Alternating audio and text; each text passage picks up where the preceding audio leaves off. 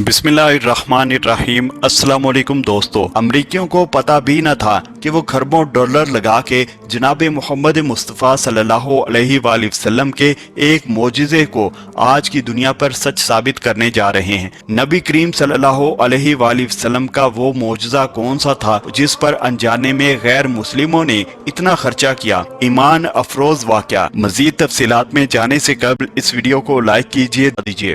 Doctor ज़गलोल अल Nizar king Abdul अजीज university Jeddah में माहिर अर्जियात के प्रोफेसर हैं। कुरान मजीद में साइंसी हकाइक कमेटी के सरबराह हैं और मिस्र की सुप्रीम काउंसिल ऑफ इस्लामी अमूर की कमेटी के भी सरबराह हैं। उन्होंने मेजबान से कहा कि इस आयत करीमा की वजाहत के लिए मेरे पास एक वाकया मौजूद है। उन्होंने उस वाकये की वजाहत करते हुए कहा कि एक दफा मैं बरतानिया के मगरिब में वाक़े कार्डिफ यूनिवर्सिटी में एक लेक्चर दे रहा था, जिसको सुनने के लिए मुस्लिम और गैर मुस्लिम तलबा की कसीर तादाद मौजूद थी। कुरान में बयान करदा साइंसी हकाइक पर जामे अंदाज में गुफ्तगू हो रही थी कि एक नौ मुस्लिम नौजवान खड़ा हुआ और मुझे उसी आयत करीमा की तरफ इशारा करते हुए कहा कि सर, क्या आपने अल्लाह ताला के उस फरमान पर गौर फरमाया है? क्या ये कुरान में बयान करदा एक साइंसी हकीकत नहीं है? डॉक्टर ज़गलोल अल निजार ने जवाब देते हुए कहा कि नहीं, क्योंकि साइंस की दरियाफ्त करदा हैरान कुन अशिया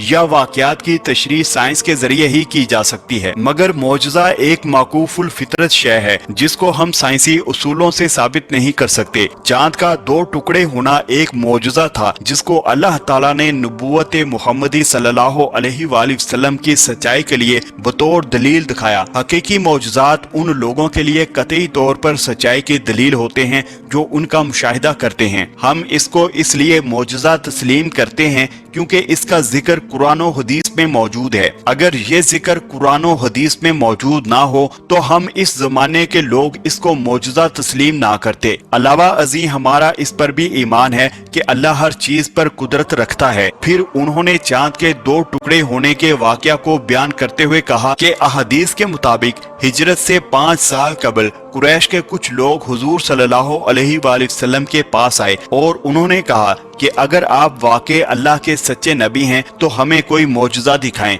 हुजूर सल्लल्लाहु अलैहि वसल्लम ने उनसे पूछा कि आप लोग क्या चाहते हैं? उन्होंने नामुमकिन काम का ख्याल करते हुए कहा कि इस चांद के 2 टुकड़े कर दो। चनाचे हुजूर सल्लल्लाहु अलैहि वसल्लम ने चांद की तरफ इशारा किया और चांद के 2 टुकड़े हो गए। हत्ता के लोगों ने हिरा पहाड़ को उसके दरमियान देखा, यानी उसका एक टुकड़ा पहाड़ के इस तरफ और दूसरा टुकड़ा उस तरफ हो गया। इब्ने मसूद रज़ी अल्लाह ताला अन्हो फरमाते हैं, सब लोगों ने उसे बखूबी देखा और आप सल्लल्लाहु अलैहि वसल्लम ने फरमाया, देखो याद रखना और गवाह रहना। कुफारे मक्का ने ये देखकर कहा कि ये इब्ने अबी कुफया यानी रसूल सल्लल्लाहु अलैहि वसल्लम का जादू है। कुछ अहले दानिश लोगों का ख्याल था कि जादू का असर सिर्फ हाजिर लोगों पर ही होता है, इसका असर सारी दुनिया पर तो नहीं हो सकता। चनांचे उन्होंने तय किया कि अब जो लोग सफर से वापस आए उनसे पूछो कि क्या उन्होंने भी उस रात चांद को 2 टुकड़े होते देखा। चनांचे जब वो आए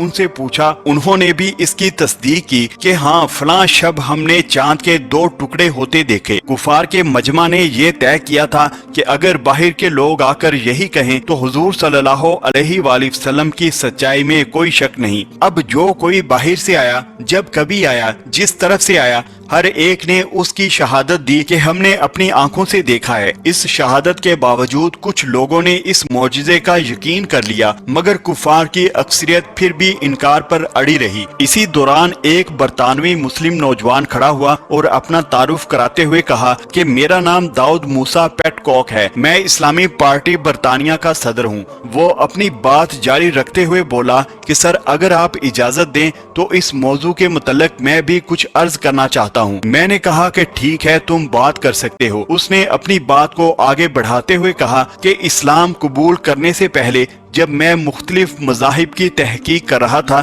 ایک مسلمان دوست نے مجھے قرآن شریف کی انگلش تفسیر فراہم کی۔ میں نے اس کا شکریہ ادا کیا اور اسے گھر لے آیا۔ گھر آ کر جب میں نے قرآن کو کھولا تو سب سے پہلے میری نظر جس صفحے پر پڑی وہ یہی سورۃ القمر کی ابتدائی آیات تھیں۔ ان آیات کا ترجمہ اور تفسیر پڑھنے کے بعد میں نے اپنے آپ سے کہا کہ کیا اس بات میں کوئی منطق ہے؟ کیا یہ ممکن ہے کہ چاند کے دو ٹکڑے ہوں اور پھر آپس میں دوبارہ جڑ جائیں؟ وہ کون سی طاقت تھی کہ جس نے ایسا کیا؟ ان آیات کریمہ نے مجھے اس بات پر آمادہ کیا کہ میں قرآن کا مطالعہ برابر جاری رکھوں۔ کچھ عرصے کے بعد میں اپنے گھریلو کاموں میں مصروف ہو گیا، مگر میرے اندر سچائی کو جاننے کی تڑپ کا اللہ تعالیٰ کو خوب علم تھا۔ یہی وجہ ہے کہ خدا کا کرنا ایک دن ایسا ہوا کہ میں ٹی وی کے سامنے بیٹھا ہوا تھا۔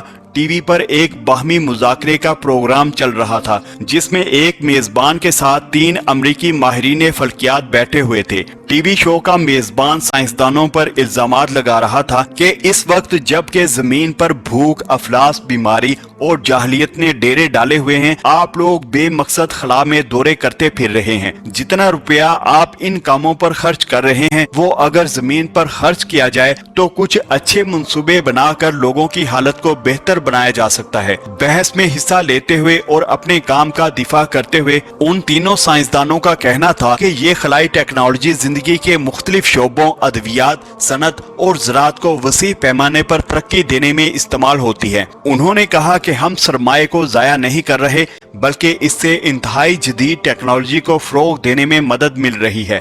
جب انہوں نے بتایا کہ چاند کے سفر پر آنے جانے کے انتظامات پر $1 ارب خرچ آتا ہے تو ٹی وی میزبان نے چیختے ہوئے کہا کہ یہ کیسا فضول پن ہے۔ ایک امریکی جھنڈے کو چاند پر لگانے کے لیے $1 ارب خرچ کرنا کہاں کی عقل مندی ہے؟ سائنسدانوں نے جواباً کہا کہ نہیں، ہم چاند پر اس لیے نہیں گئے کہ ہم وہاں پر جھنڈا گاڑ سکیں، بلکہ ہمارا مقصد چاند کی بناوٹ کا جائزہ لینا تھا۔ دراصل ہم نے چاند پر ایک ایسی دریافت کی ہے کہ جس کا لوگوں کو یقین دلانے کے لیے ہمیں اس سے دگنی رقم بھی خرچ کرنا پڑ سکتی ہے، مگر تاحال لوگ اس بات کو نہ مانتے ہیں اور نہ کبھی مانیں گے۔ میزبان نے پوچھا کہ وہ دریافت کیا ہے؟